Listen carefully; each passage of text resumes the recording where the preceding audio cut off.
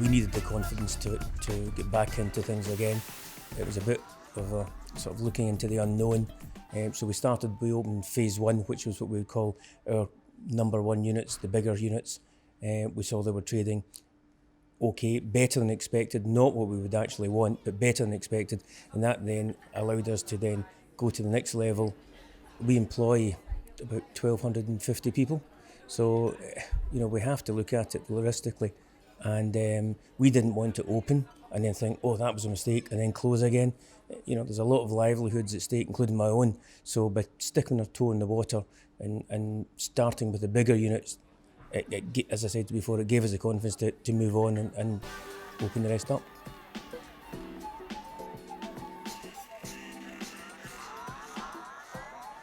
We spent an awful lot of time during the lockdown on doing online chats to the staff, unit by unit, brand by brand, with our own trainers.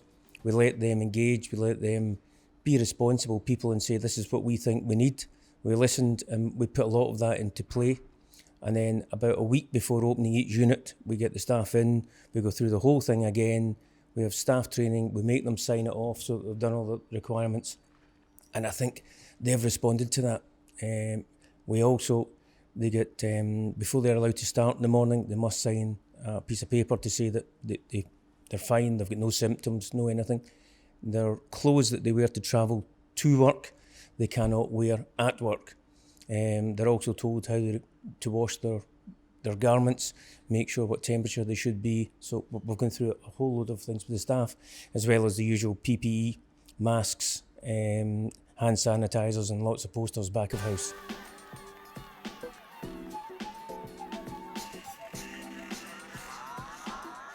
I've got to say, in here, it's been lovely. It's been really nice. It seems really clean and tidy, and they've came with table service. Some of the places, not so much, we've not felt as comfortable. But in the whole of Glasgow, it's quite surprising how many places are actually closed.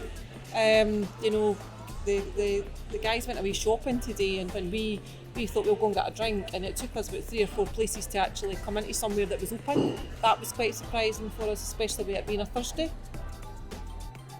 The main thing is track and trace. We use a QR code system that's very, very easy. You just hover your phone across it and then asks you to put in 3 simple questions. Basically your name, the table you're sitting at, which we tell you, and your contact number, telephone number, and the time automatically goes in from when you log into that QR code. We have one-way systems wherever possible. We also have hand sanitisers when you walk in the front door, when you come out the toilets. On the tables we have disposable menus, so they're only used once and then they're thrown away.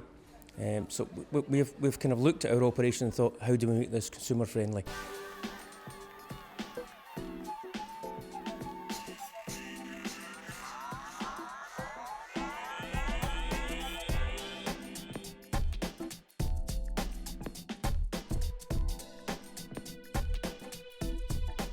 In terms of turnover, it's well recorded. The 2 businesses probably turn over 40 mil a year, so we're shut for 4 months. So if you do the maths, £10 million worth of turnover.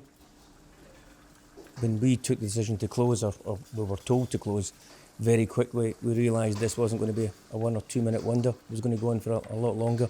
So that's when we started feeding at the feed banks, and my business partner Tony Canetta led that charge, and for 4 months was out 3 nights a week feeding the homeless. And then we actually ran out of food that was in the freezers, so we're just buying food in to feed them. And to be honest, and a lot of the staff helped as well. It became a bit of a team effort and a bonding exercise.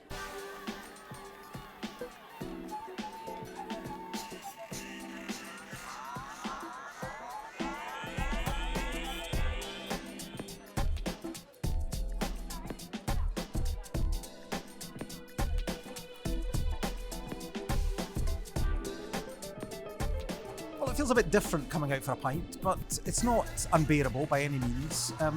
Obviously you have to take all the rules into account, but it's not hugely different other than the staff wearing the masks and the fact that you have to go to follow one-way systems, etc. But generally, finding it relatively easy. Major difference is probably just things were a little bit quieter, a bit more spaced out. You have to book most places. It's great. It doesn't feel that different when you're inside, but not in a bad way, like in a good way. Quieter. It'll be quieter, but they'll be able to stand at a bar, no, just not much difference, I've got to say.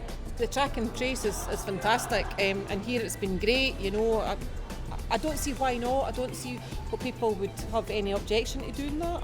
To be honest with you, it's not been an issue anywhere we've been, and anywhere we've booked, we have your details anyway, but we just came in here on the off chance and we filled it in. It wasn't a problem, so yeah, it's been fine, absolutely fine.